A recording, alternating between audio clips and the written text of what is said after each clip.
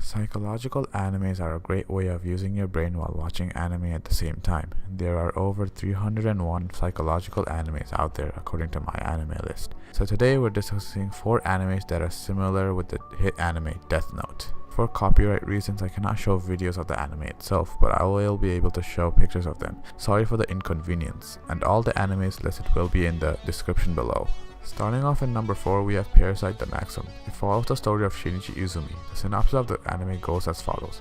All of a sudden they arrived, parasitic aliens that descended upon Earth and quickly infiltrated humanity by boring into the brains of vulnerable targets. These insatiable beings acquire full control of their host and are able to morph into a variety of forms in order to feed on unsuspecting prey. 16-year-old high school student Shinichi Izumi falls victim to one of these parasites, but it fails to take over his brain, ending up in his right hand instead.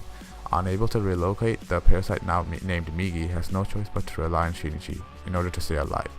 Thus, the pair is forced into an uneasy coexistence and must defend themselves from hostile parasites and help to eradicate this new threat to their species. Parasite the Maxim is a great anime for sci-fi lovers and has many psychological aspects to it as well. If you like both aliens and having to use your brain a little, I recommend this anime. Now moving on to the third anime on the list, we have Zankyou No Terror.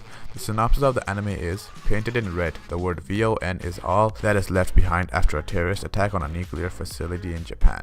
The government is shattered by their inability to act, and the police are left frantically searching for ways to crack down the perpetrators. The public are clueless until 6 months later a strange video makes its way onto the internet. In it, 2 teenage boys who identify themselves as Sphinx directly challenge the police, threatening to cause destruction and mayhem across Tokyo. Unable to stop the mass panic quickly spreading through the city and desperate for any leads in their investigation, the police struggle to act effectively against these terrorists, with Detective Kenjiro Shibazaki caught in the middle of it all. Zankyou No Terror tells the story of 9 and 12, 2 boys behind the masked figures of Sphinx. They should not exist, yet they stand strong in a world of deception and secrets while they make the city fall around them, all in the hopes of burying their own tragic truth. This anime is great if you like terrorists and psychology. Just like Death Note, this anime focuses on the right and wrongs of society. If you like the detective aspect of Death Note, with a lot of similarity between the police and villains, I definitely recommend Zankyou No Terror. Now the second anime, we're going with Grisaia No Kaijitsu. This might be one of the trendiest picks for the list, but for me personally, this was a great series. This anime has 4 seasons, so they're doing something right. The synopsis for this anime is Yuji Kazumi, a transfer student who has just been admitted into Mihama Academy. He wants to live an ordinary high school life, but this dream of his may not come true anytime soon, as Mihama Academy is quite the opposite, consisting of only the principal and 5 other students, all of whom are girls. Yuji becomes acquainted with each of them, discovering more about their personalities as socialization is inevitable. Slowly he begins to learn about the truth behind the small group of students occupying the academy. They each have their own share of traumatic experiences which are tucked away from the world. Mihama Academy acts as a home for these girls. They are the fruit which fell from their trees and have begun to decay. It is up to Yuji to become the catalyst to save them from themselves, but how can he save another when he cannot even save himself? This anime is good if you don't mind watching a psychological horror, which this anime clearly is, but if you're not opposed to it, then this anime might be for you. Now the first anime on the list is Btoom. This anime is a survival anime.